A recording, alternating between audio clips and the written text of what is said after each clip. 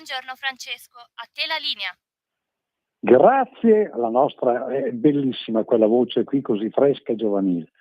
E un abbraccio a tutti voi, un abbraccione grande grande a Tina, a Matteo, a tutti voi radioascoltatori, 14 radioascoltatori gatti compresi, e buon sabato e domani, buon Domenica delle Palme.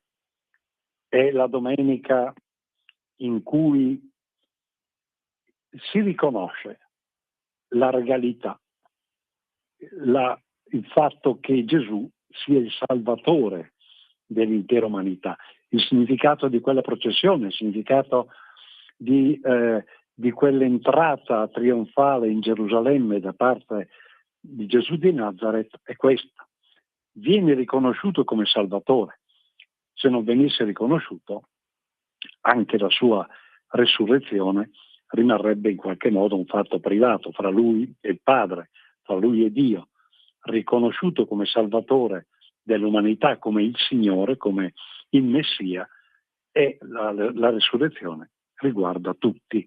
Quindi domani è un passaggio cruciale della Quaresima, di quella Quaresima che ciascuno di voi e di noi ha condotto secondo il suo stile, secondo le sue modalità, che si concluderà il prossimo Giovedì Santo.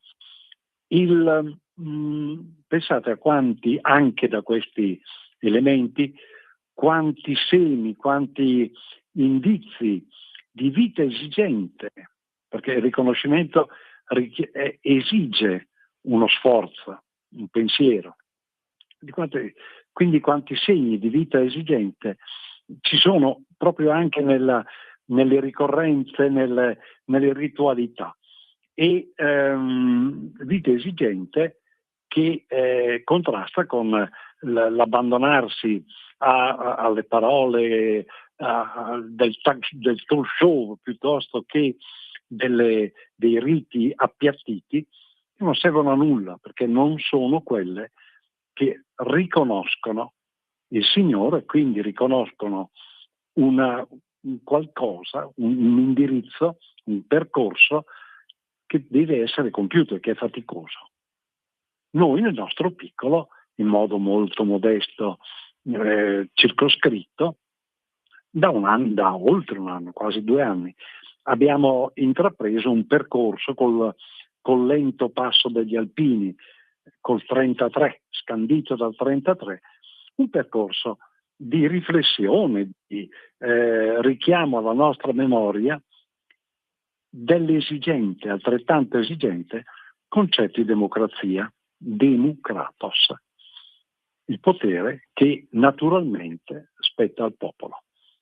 Piano piano siamo arrivati, abbiamo impiegato un po' di tempo, siamo arrivati alla fine del secolo XIX, cioè dell'Ottocento, quando nel maggio, 15 maggio mi pare, del 1891 viene emanata la Rerum Novarum, l'enciclica Rerum Novarum, redatta, sottoscritta da Papa Leone XIII. È l'innovazione, abbiamo detto, l'innovazione nell'ambito sociale, è un'elaborazione che è puramente cattolica, che avviene nell'ambito di una popolazione che al 98% è cattolica, mentre si manifestano aspetti ideologici, filosofici che rimangono sullo sfondo, che vengono trattati, ma che non approfondiscono, non vanno a approfondire il tema. Da un lato c'è il liberismo capitalista di Stuart Mill, il capitale può fare tutto quello che vuole, è il mercato che decide dell'umanità sostanzialmente. Dall'altro lato c'è il socialismo, il quale propugna una lotta di classe, quindi condotta da una massa, non da un popolo, contro il sistema schiavistico vigente, quindi una lotta di classe, Marx dall'altra parte. Sullo sfondo c'è la dottrina politica dell'autonomia e del federalismo di Cattaneo, di Carlo Cattaneo, del grande Carlo Cattaneo, che però non ha l'immediata rilevanza, non viene percepita per la sua grandissima rilevanza per un fatto, perché è una dottrina politica che guarda gli strumenti mediante i quali arrivare a una giustizia sociale che non c'è. Però siccome è uno studio teorico di altissimo e profondissimo livello che riguarda i metodi mediante i quali arrivare a una giustizia sociale, anche per l'ignoranza generale di allora, teniamo conto, era soltanto il 2%, 5% si dice anche, della popolazione era in grado di leggere e scrivere, e in quel 5%, ammesso che fosse il 5%, ci si deve mettere anche tutti coloro che sapevano apporre la propria sottoscrizione, la propria firma, ma non sapevano neanche cosa volesse dire, perché non sapevano fare altro che ripetere un gesto meccanico. Ora, quindi la grande dottrina politica autonomista federalista rimane sullo sfondo, rimane un po' fuori dall'elaborazione cattolica della fine dell'Ottocento, per un semplice motivo, per il fatto che è tecnica giuridica, è tecnica socio-giuridica, è tecnica politica, è, se volete, qualcosa che è preceduto da uno studio filosofico ed è un'applicazione ulteriore di uno studio filosofico, indubbiamente qualcosa di difficilino, soprattutto per la generalità dell'epoca. Bene, Leone XIII promulga la Rerum Novarum, è dice Bernanos che è un'apertura, uno squarcio di luce all'interno di un mondo che è chiuso.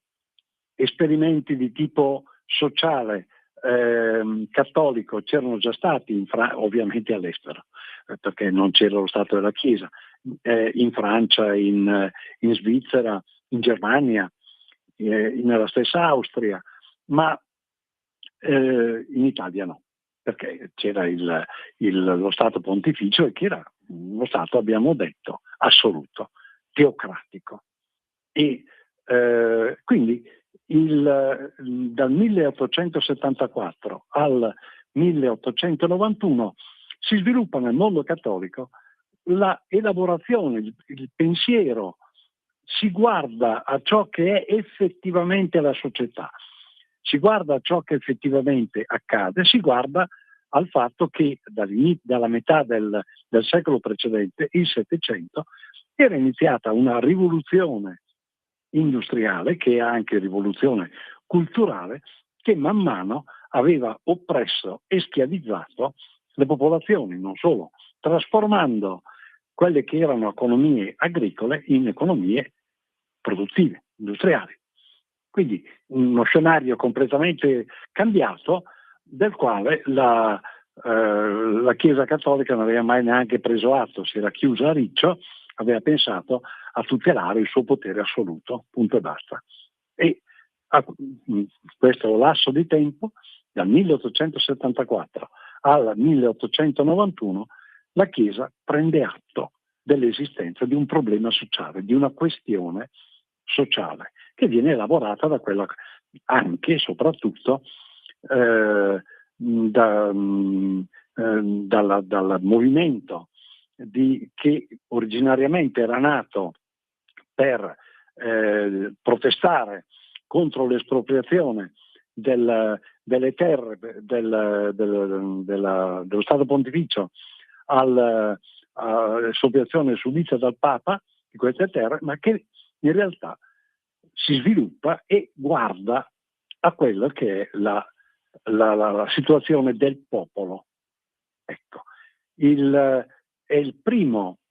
è un ulteriore passo verso il riconoscimento di un'entità, il popolo. Qui c'è un popolo che c'è un dato di fatto, c'è un popolo, ci sono delle persone che soffrono, che ingiustamente soffrono e alle quali non si è mai provveduto, mai, nemmeno da parte dello Stato pontificio. Non si è mai provveduto, non si è mai neanche pensato. Era una situazione naturale e in questo quadro si sviluppa da un lato chi vuole continuare a fare il padrone, anzi quei guadagni enormi dati dall'industrializzazione vuole guadagnare di più ancora ed essere più padrone ancora, avere degli schiavi sostanzialmente sotto di sé, lavoravano dalle 14 alle 16 ore al giorno con stipendi da fame, e dall'altro lato c'è un socialismo che non va a approfondire la questione sociale, dice semplicemente, prende atto e ha ragione, che la situazione è ingiusta, è folle, è di un'oppressione intollerabile, che bisogna ribellarsi, che si deve attuare un piano di rivoluzione, un piano rivoluzionario. Bisogna ribellarsi. Quel potere, quella ricchezza che è in mano ai pochi padroni, che spadroneggiano letteralmente, deve passare alla massa di coloro che producono quella ricchezza di cui gli altri si giovano. È un passaggio che anche sotto il profilo logico ha parecchie pecche, ma in sé per sé è la manifestazione di un malessere assolutamente intollerabile e come tale giustificata, se ben chiaro. La teoria che sta alla base, quella socialista, non sta in piedi come profezia, come indirizzo, però il movimento che genera quello socialista, è pienamente giustificato. C'è un popolo che fa la fame. E di questi aspetti prende atto la Chiesa, prendono atto i cattolici più che altro. Dunque,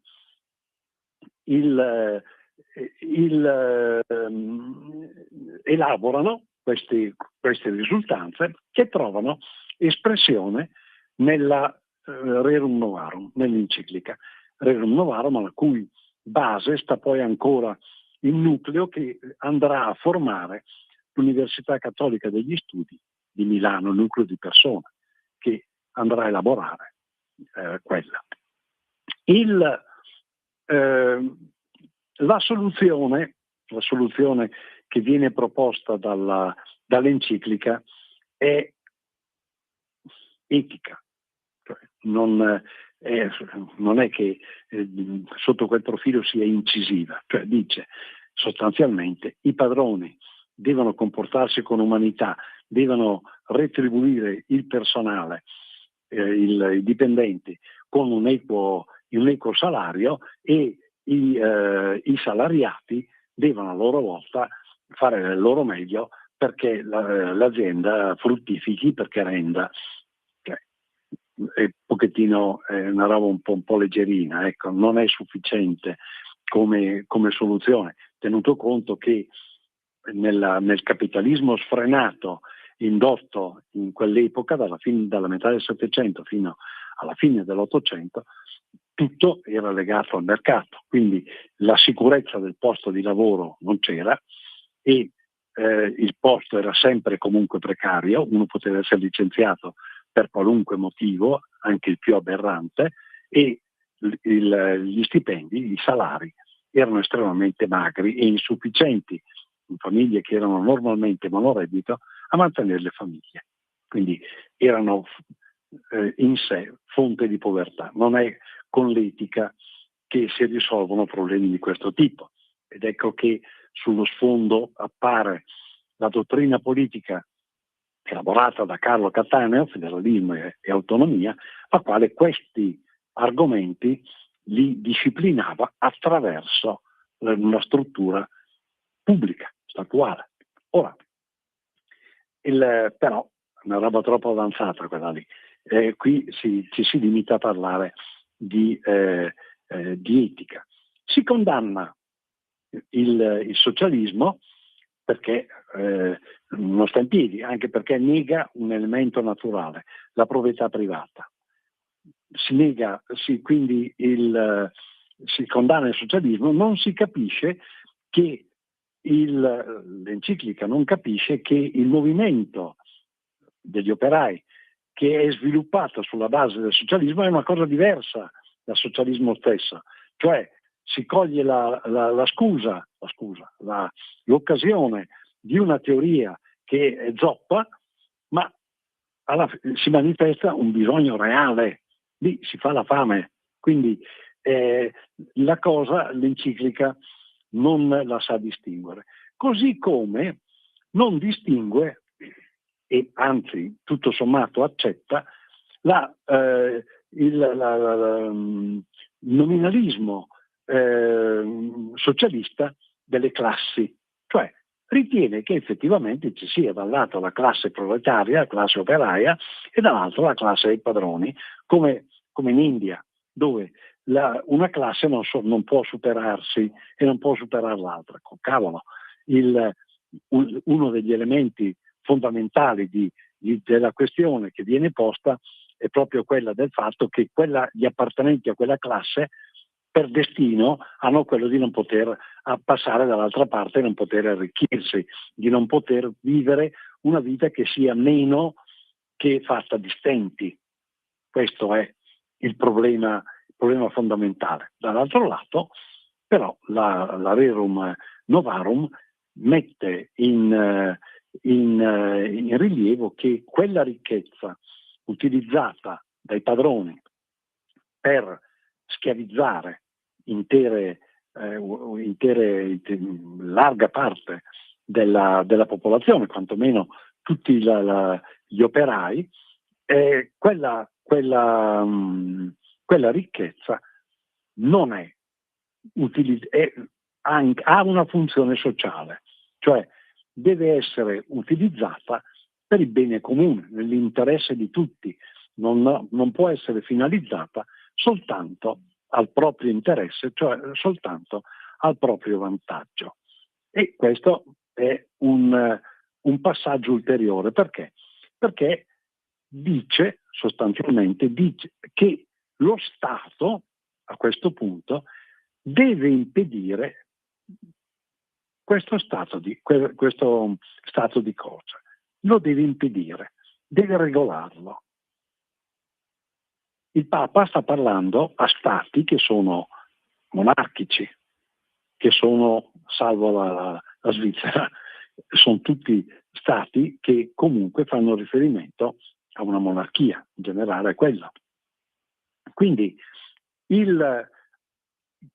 stati che hanno concesso le norme fondamentali, gli statuti, le carte costituzionali, fra virgolette, ma concesse.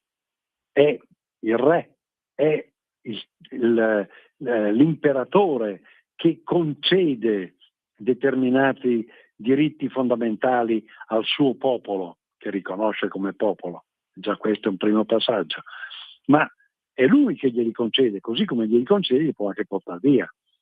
Quindi nel momento in cui si dice lo Stato deve intervenire, ricordiamoci che si sta parlando a soggetti che possono attribuire o togliere diritti fondamentali.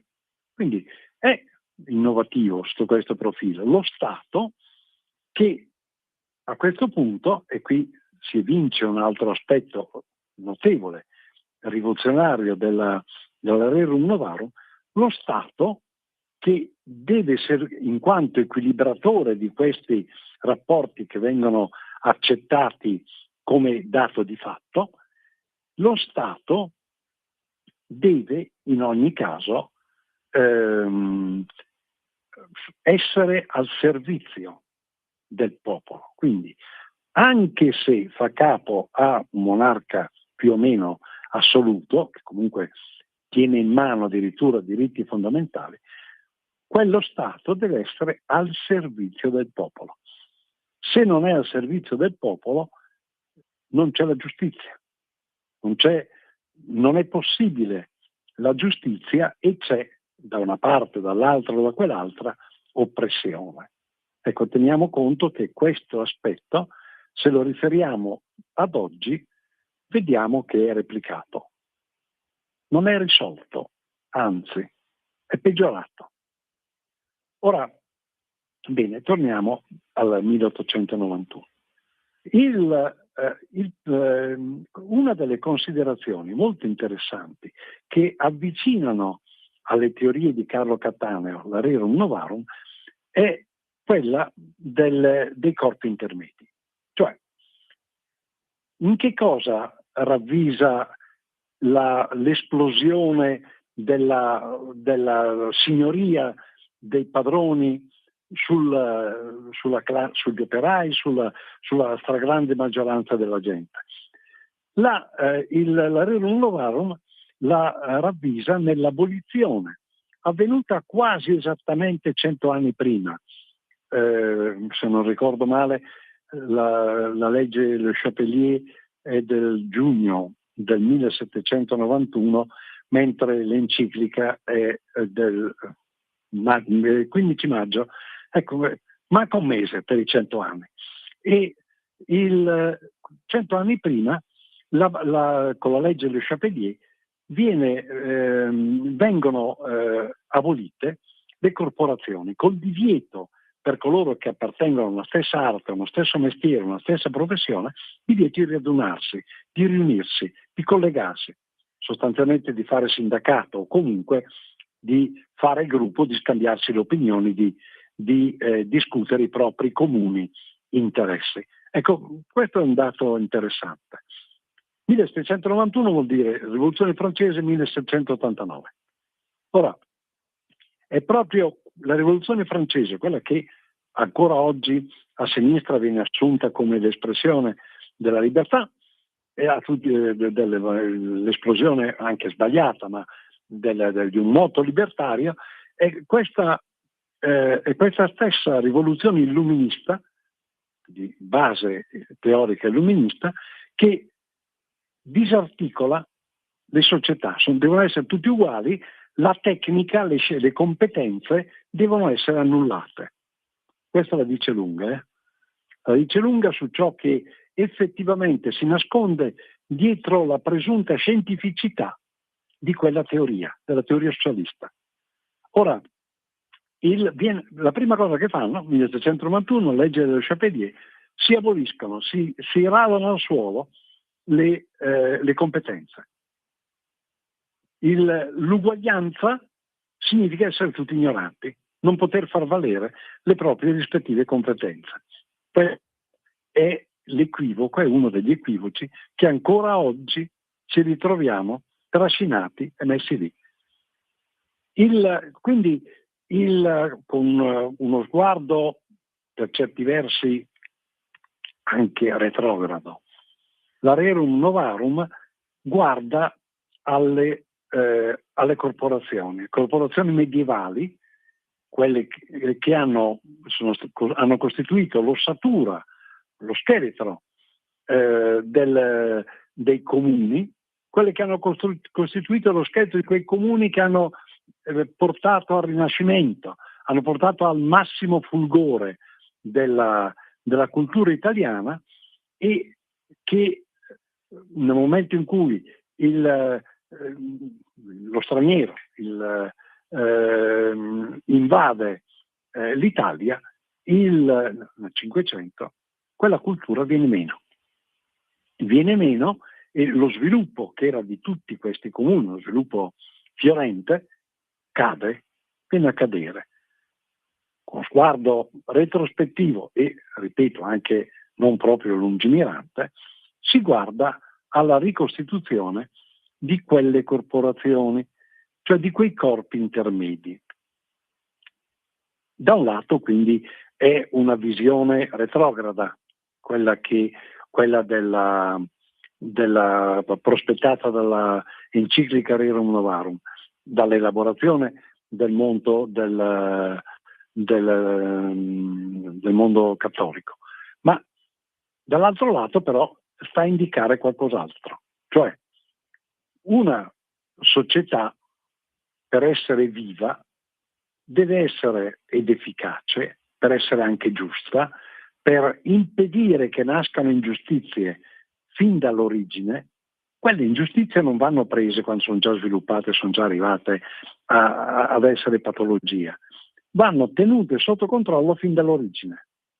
E in questo prende a prestito la dottrina autonomistica e federalista di Cattaneo. Lo prende perché è proprio attraverso la strutturazione delle basi della società che si può evitare il conflitto sociale. Quindi il conflitto sociale, queste classi che si formano, sono strutture innaturali e dannose, perché devono essere contemperate e virtuosamente fatte interagire fin dalla base, fin dalle strutture di base. Se le strutture di base funzionano e interagiscono in quel modo, non si formano nemmeno le classi e non si ha nemmeno contrapposizione di classe. Però è chiaro, ed è qui dove sicuramente la Rerum Novarum è ulteriormente carente, è chiaro che occorre concepire lo Stato in maniera diversa. Mentre lo Stato, gli Stati, abbiamo detto, fanno capo a re, a imperatori, e purtroppo sulla base di quegli Stati, così come strutturati e facenti capo a re, a imperatori e compagnia cantante, si sono poi sviluppati nel Novecento gli stati che hanno preso attraverso il socialismo, perché il Novecento è l'applicazione politica del socialismo, che si parli di fascismo, di nazismo, di comunismo, socialdemocrazia, quello che volete, è tutto uno sviluppo del concetto della teoria di base socialista, e purtroppo teoria di base che, lo constatiamo, ha portato a 3 guerre mondiali. La prima nel 1914, la seconda nel 1939, la terza, quella in corso, 24 febbraio 2022. Proseguiremo proseguiremo proprio l'avventura dell'opera dei congressi e dei comitati del pensiero cattolico, e nel suo rapporto col socialismo, che nel frattempo si è fondato come partito più o meno nel 1891, 92, una roba del genere, 90, per vedere lo sviluppo del concetto di democrazia e che cosa possiamo fare poi noi oggi alla fine nel Novecento.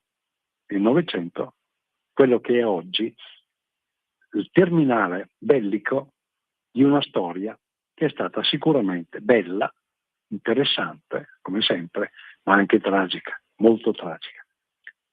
Sabato prossimo, per gli auguri di Pasqua, sabato santo, e a risentirci, a Dio piacendo.